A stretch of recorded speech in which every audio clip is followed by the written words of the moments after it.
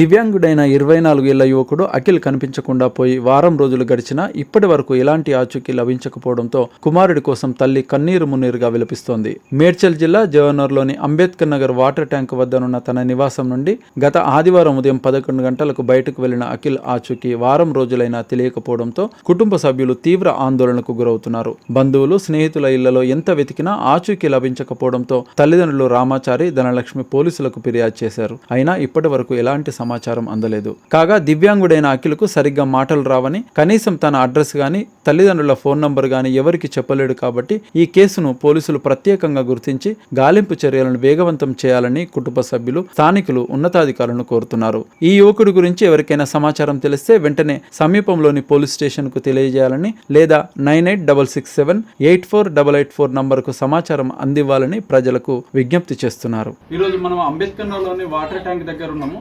ఇక్కడ మనం రామాచారి వాళ్ళ దంపతులు ఉన్నారు. వీళ్ళకి 3 పిల్లలు. అందులో 2వ బాబు అఖిల్ అనే పిల్లగాడు. దాదాపు 24 సంవత్సరాల వయసు ఉంది. అతను మానసికంగా కొంచెం వికలాంగుడు, మాటలు ఎక్కువ మాట్లాడలేడు. అలాగే అయితే ఆదివారం రోజు ఏం జరిగిందంటే మధ్యాహ్నం 11 గంటలకు తన ఇంటి దగ్గర నుంచి అతను బయటికి వెళ్ళినట. రేపటికి 1 వీక్ కావస్తుంది. వీళ్ళు పోలీసులను కూడా సంప్రదించారు. అదే రోజు సాయంత్రము పోలీసు వాళ్ళు ఎఫ్ఐఆర్ కూడా కట్టినారు, కానీ పిల్లాన్ని ఇంతవరకు ట్రేస్ అవుట్ చేయలేకపోయారు. పోలీసులు కూడా వాళ్ళ ప్రయత్నం చేస్తారు, వీళ్ళు కూడా పాంప్లెంట్స్ అవి ఇచ్చి వీళ్ళు కూడా ప్రయత్నం చేస్తారు. అయినప్పటికీ కూడా మనకు ఆ బాబు ఆచూకీ ఇంతవరకు దొరకలేదు. ఇంకోటి ఏంటంటే ఆదివారం నుంచి వాతావరణం కూడా బాగలేదు, అప్పటి నుంచి వర్షాలు బాగా పడుతూ ఉన్నాయి. ఇటువంటి నేపథ్యంలో బాబు ఎక్కడికి పోయిండు అని చెప్పేసి తన తల్లి కన్నీరు మున్నీరుగా ఏడుస్తూ ఉంది. ఒకసారి అమ్మను అడిగి తెలుసుకుందాం తన బాబు గురించి. అక్క చెప్పక్క, బాబు గురించి ఏంటి, ఆయన పరిస్థితి ఏంటి? ఆయనకి ఏం మాటలు రావు, ఆయన పనులు కూడా ఆయన చేసుకోలేడు. అసలే బాత్రూమ్ అయినా నీటి కడుక్కోవడం రాదు, ఏం చెప్పడం రాదు.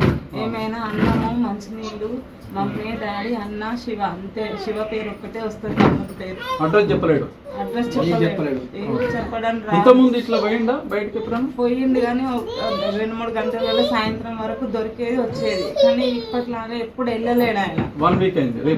రేపటికి 1 వీక్. ఓకే. ఇప్పుడు ఎవరైనా చుట్టాలింటికి ఇట్లా వెళ్ళే? ఎక్కడికి వెళ్ళాడు ఆయన. ఎక్కడికి పోడు? ఫోన్ చేసి తెలుసుకున్నారా? పోలీసు వాళ్ళు ఏమన్నారు? పోలీస్ స్టేషన్ లో కంప్లైంట్ ఇచ్చారు. పోలీస్ స్టేషన్ ఇస్తే వాళ్ళు ఏం పట్టించుకోలేదు. కొంచెం వయసు ఎక్కువ ఉంది వేసాకి, ఆయన తిరగలేకపోతాడు. వాళ్ళు లేరట ఎక్కువ.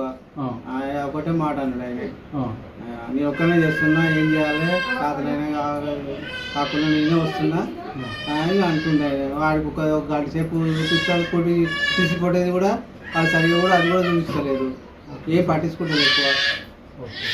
ఇది చేసినప్పటికీ అక్కడ ఉన్నటువంటి పోలీసు సిబ్బంది, మాకు సిబ్బంది కొరత ఉన్నది కాబట్టి మేము కూడా ఎక్కువగా దీని మీద మేము సమయం కేటాయించలేకపోతున్నాము అని చెప్పేసి పోలీసులు చెప్తున్నారని చెప్పేసి అబ్బాయి వాళ్ళ తండ్రి క్లియర్గా చెప్తున్నాడు. అలాగే కెమెరాస్ కూడా కొన్ని 1-2 కెమెరాలలో అదే రోజు చూసిరు, కానీ మిగతా కెమెరాలు పనిచేస్తలేవని కూడా ఓపెన్గా చెప్తున్నారు. అంటే ఇది నిఘా వైఫల్యం అని కూడా చెప్పొచ్చు. మరి వారం రోజుల నుంచి తన బాబు కనపడకపోయేసరికి తల్లి అయితే తన కన్నీరు మున్నీరుగా ఏడుస్తుంది. దీనిపైన పోలీసులు కొంచెం సీనియర్ ఉన్నతాధికారులు దీని మీద దృష్టి సారించి ఆ బాబును వెతికే విషయంలో ఇది చేయాలని చెప్పేసి వాళ్ళు తల్లిదండ్రులు కోరుతున్నారు. అలాగే యువతకి, పబ్లిక్ కూడా చెప్తున్నా, ఈరోజు సోషల్ మీడియాలో మనం ఎన్నో ఫోటోలు అవి షేర్ చేసుకుంటూ ఉంటాము. అలాంటి సోషల్ మీడియాలో ఒక్కసారి ఈ బాబు యొక్క ఫోటో మరియు వివరాలను పంపించి ఈ బాబును ఎతికే ప్రక్రియలో ప్రతి ఒక్క మనిషి, ప్రతి ఒక్క యువకుడు కూడా వాళ్ళు కూడా పాలు పంచుకోవాలని చెప్పేసి, మానవత్వాన్ని చాటాలని చెప్పేసి ప్రతి ఒక్కరిని కూడా కోరుకుంటూ మీ జర్నలిస్ట్ శంకరాచార్య.